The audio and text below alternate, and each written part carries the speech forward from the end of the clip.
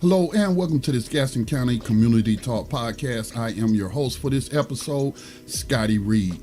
On this episode, we'll be taking a look at 3 different stories concerning North Carolina, or specific to Gaston County, North Carolina, where we are based.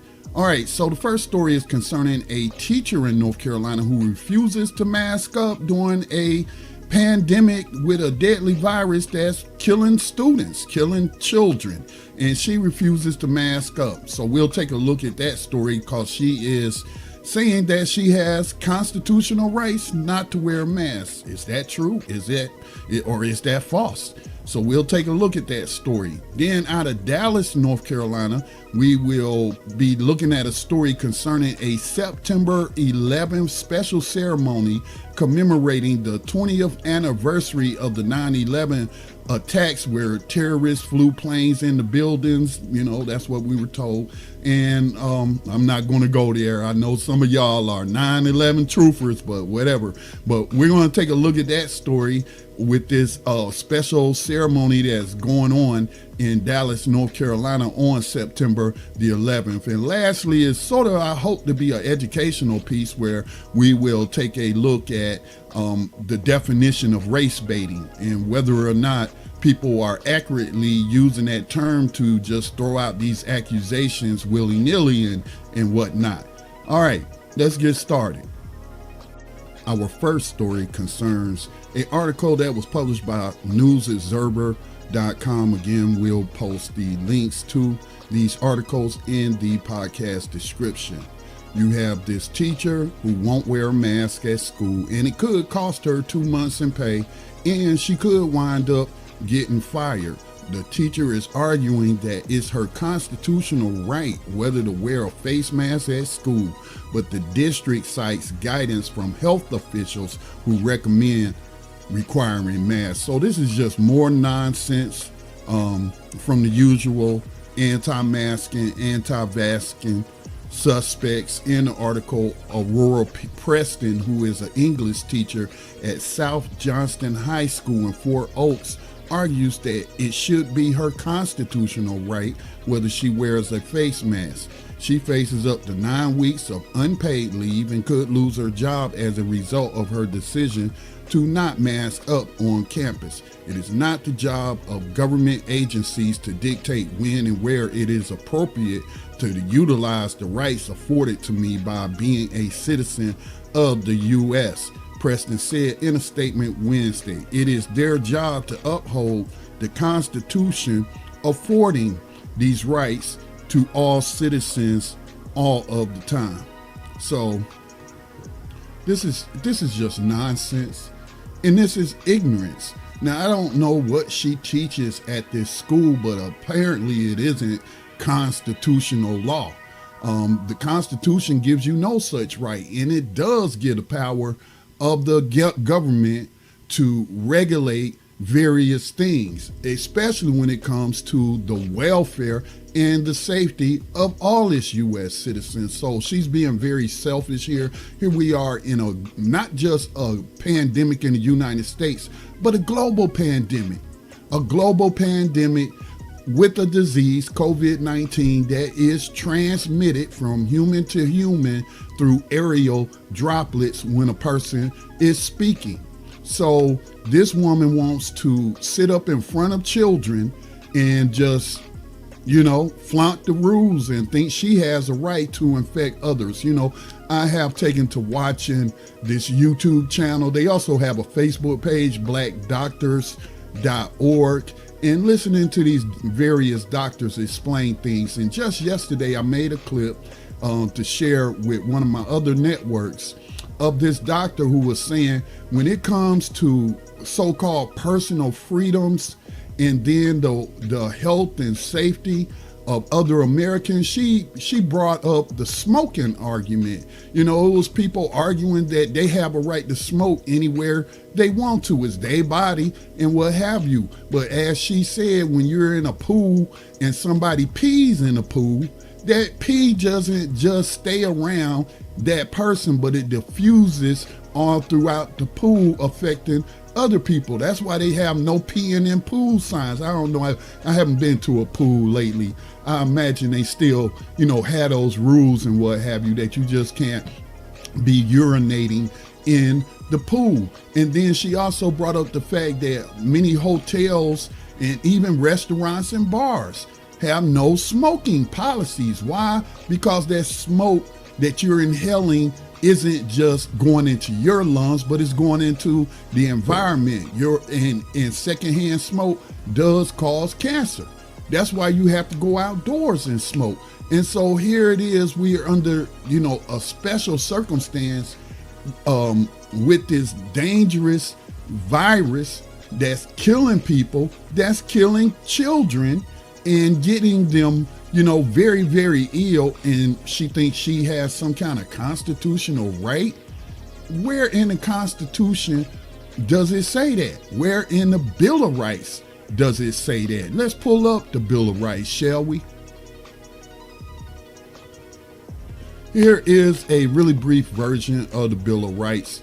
You can look it up yourself online if you want the longer version.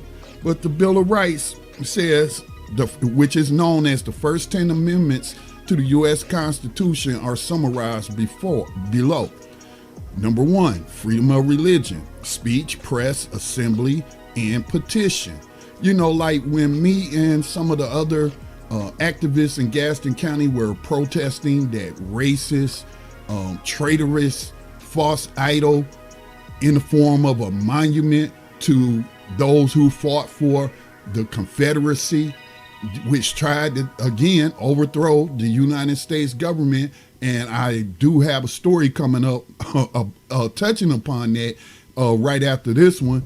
But remember, and that judge, I forget the judge name, but he has retired now.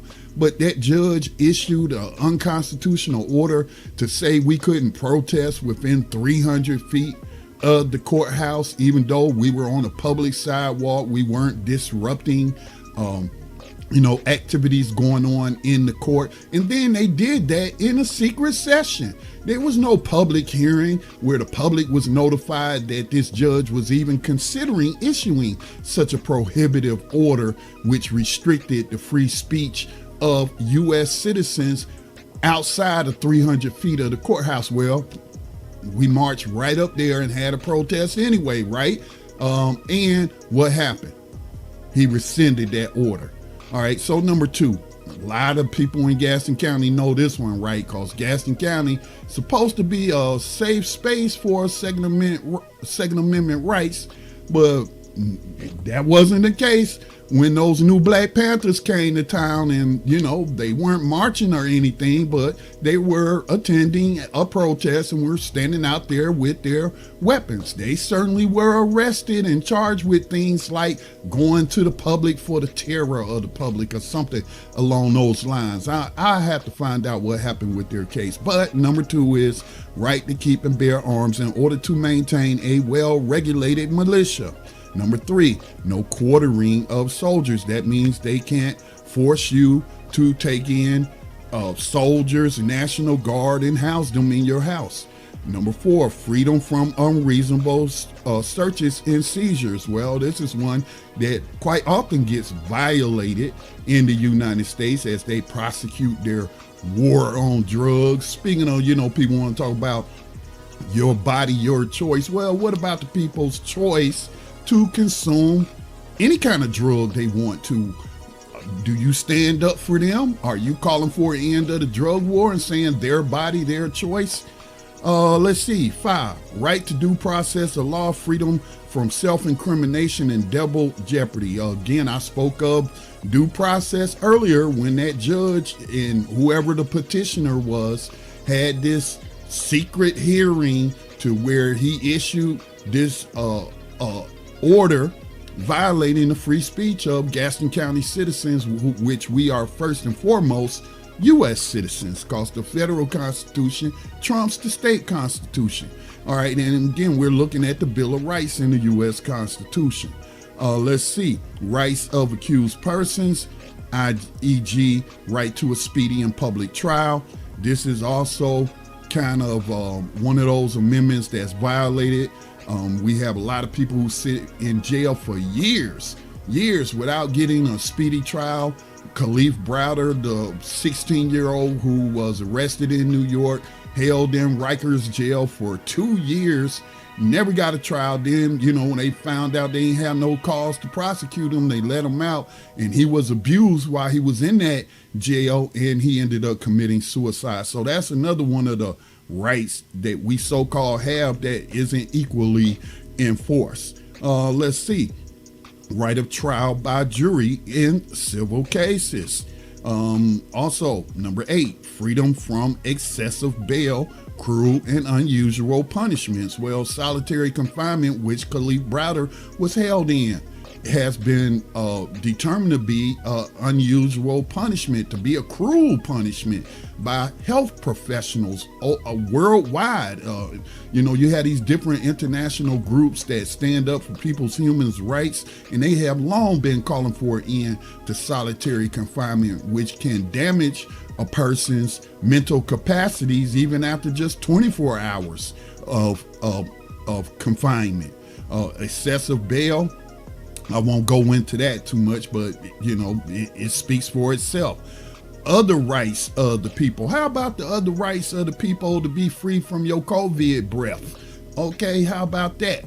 How about our children to be free from potential infection? Because you don't want to wear a mask during a pandemic with a highly contagious virus going around. And number 10, powers reserved to the states. Now, this is all just a brief summary. Y'all can go look it up, but I guarantee you will not find any kind of rights of the sort that she's speaking of, that she has these supposed rights. And you can also go take a look at the North Carolina Constitution, and it has a section, I think it's the very first section, you can look it up online, where it says rights, and it says nothing about your right to ignore rules put in place for the safety of us all during an emergency. Okay, that's the thing. What do people need to do? What do these governments need to do? What does Roy Cooper need to do? Declare a state of emergency to get you people to wear a surgical mask? You're acting like it's killing you or something. It's just selfishness. It's ignorance. And again, these people have no such supposed rights. Now for some news out of Dallas, North Carolina. The Gaston Gazette is reporting that a ceremony will open with prayer led by the Reverend Curtis Wilson, following which the Gaston County Sheriff's Honor Guard will present the colors. This is all part of a special ceremony to commemorate the 20th anniversary of 9/11. A couple of things came to my mind, but before I get to those things, let me go ahead and pull up a small excerpt from that Gaston Gazette article, which I will link to in the description for this podcast. One of the organizers stated, number 1, we want to take a moment and remember all those who lost their lives that day, she said. And number 2, we want to honor the courage of the firemen, the police officers, and the first responders who risked their lives during their duty. Jim Bailey, the owner of Sammy's Neighborhood Pub in downtown Dallas, and Parks and Recreation Director Brandon Whitener, first spoke of the need to commemorate the September 11th 20th anniversary back in April. So as I stated, a couple of things are on my mind concerning 9/11, the first responders. Jon Stewart, the former host of Comedy Central's The Daily Show, I've been seeing him over the past few years in different media reports speaking out on the behalf of the first responders. Many of them were exposed to a lot of hazardous materials in responding to that emergency, and a lot of them came down with cancer, among other health issues. And according to Jon Stewart and those first responder organizations, the first responders have not gotten the adequate health that they need. So you might want to research that in case you want to help those people out.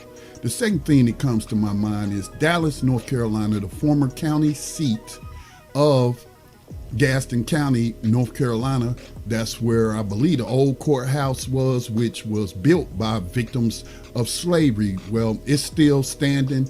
And then out there, I guess you would call it the courtyard, they have a big old monument, big marble monument. You can't miss it. If you're in Dallas, you know about it. But there's a monument that was erected by the Daughters of the Confederacy, a monument to slavers, white supremacists, and traitors of the United States of America. And I guess this is known as cognitive dissonance. I mean, we have these people who want to celebrate the Confederacy and those who fought for it and attempting to overthrow the United States government in order to maintain a system of slavery, misogyny, and white supremacy.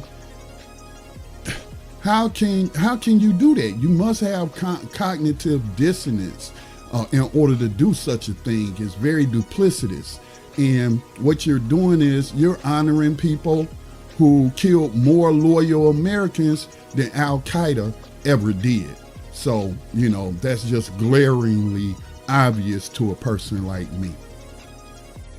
In our final story of this Gaston County Community Talk podcast, another article from the Gaston Gazette.com. I will, again, post the links in the podcast description, but the headline is, in a Rust Belt city split by inequality, people are battling for healthcare justice. The fight for change is a fight for, and you will have to actually read the rest of the article to get the rest of the headline, but an excerpt posted by the Gazette on their Facebook page says, USA Today network journalists trace the network of inequities that conspires to shorten Black and brown lives in America, the racist underpinnings of medicine and infrastructure that still exists today, and the people who are battling to upend the system.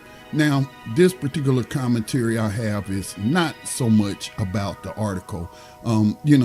Facts are facts, documentation is documentation, and it says these journalists documented and traced this network of inequities. And this is a subject that has been written about in numerous books and the focus of numerous studies. And so, but my commentary is more so based on a comment. I love sharing them comments from people commenting on the Gazette's article, hating on the Gazette. So Billy Cutshaw says, Gazette loves race baiting. All right, so this is actually a charge that I have seen a lot from certain types of people.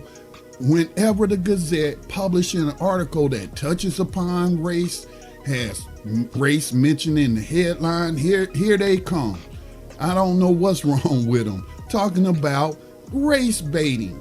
So nobody can talk about race-related issues in a nation that was founded on racism, that legalized racism. It was called Jim Crow. If you're from the South, well, anybody in the United States should know about Jim Crow.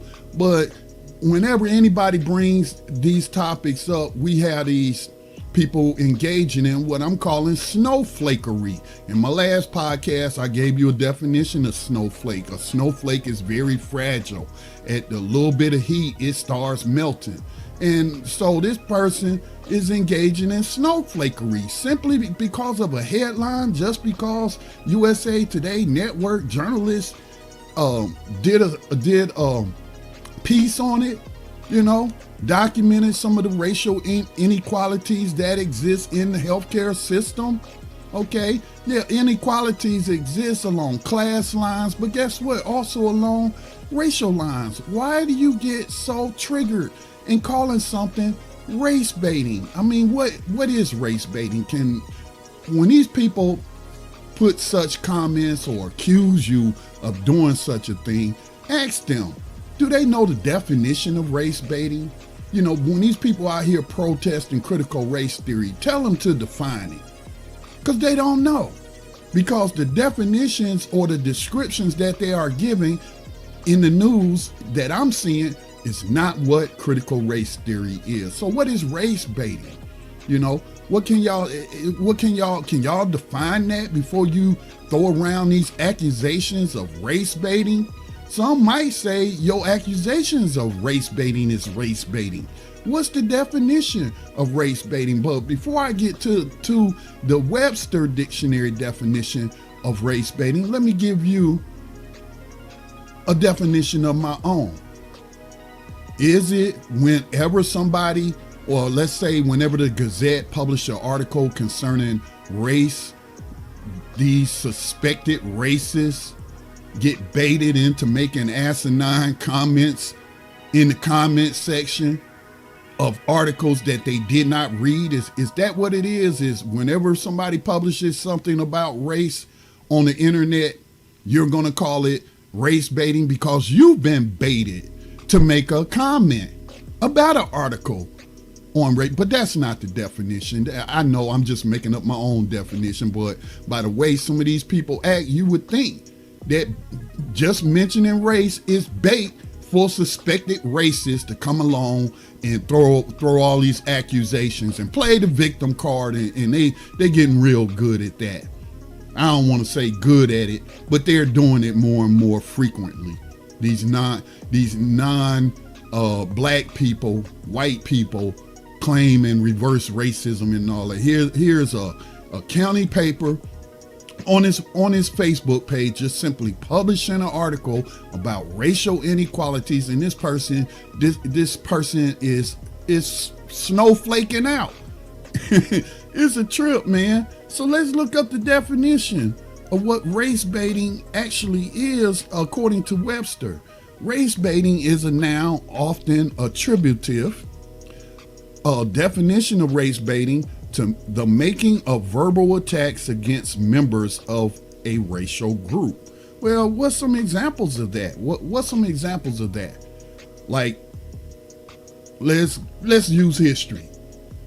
When they desegregated schools with the Brown versus the Board of Education Supreme Court decision back in the 1950s, and that led to the desegregation of school, and we saw all these white people, white parents, and even their children yelling at black students entering into the school, calling them the N-word. Y'all know I'm just gonna say the word, calling them niggers. Okay, that appears to be what the definition, Webster's definition is when you verbally assault people with your words based on their race, with your racist attacks. That's the actual definition of race baiting. If I got on here and I called this person a Southern name for white people, a name that they even call themselves. There was a baseball team called the Atlanta Crackers. Look that up. But if I got on here using that, which is now known as a slur, that would be me race baiting. Race baiting is me trying to provoke a reaction from you with my words. Okay? That's what those terrorists that was terrorizing school children back during school desegregation, that's what they were doing. They were race baiting. They were hoping to provoke a response from the black children so that they could then do what? Attack the black children, lynch the black children. So anyway, learn something new every day. I hope you learn the definition of race baiting. All right, this has been Scotty Reed with the Gaston County Community Talk Podcast. If you have a story you would like us to look into, if you would like to be a guest on this podcast and you live in Gaston County, North Carolina, please do reach out to me. My name is Scotty Reed, and you can reach me at info@blacktalkmediaproject.org. That's info at blacktalkmediaproject.org. You can find me on Facebook, Scotty T. Reed. Send me a message. Maybe I might see it, maybe I won't, because if you're not a friend then, but yeah, do email me. Or you can leave a message and give us a call at 704-817-2161 and just say what you mention Gaston County Community Talk Podcast. You would like to be a guest and leave your contact information, and I will get back to you. In the meantime, y'all stay safe out there during this pandemic. Wear your mask in these public settings, especially you teachers. You ain't got no constitutional right to infect other people with your COVID breath. All right? So, yeah, y'all stay safe during this pandemic, and peace and blessings to all.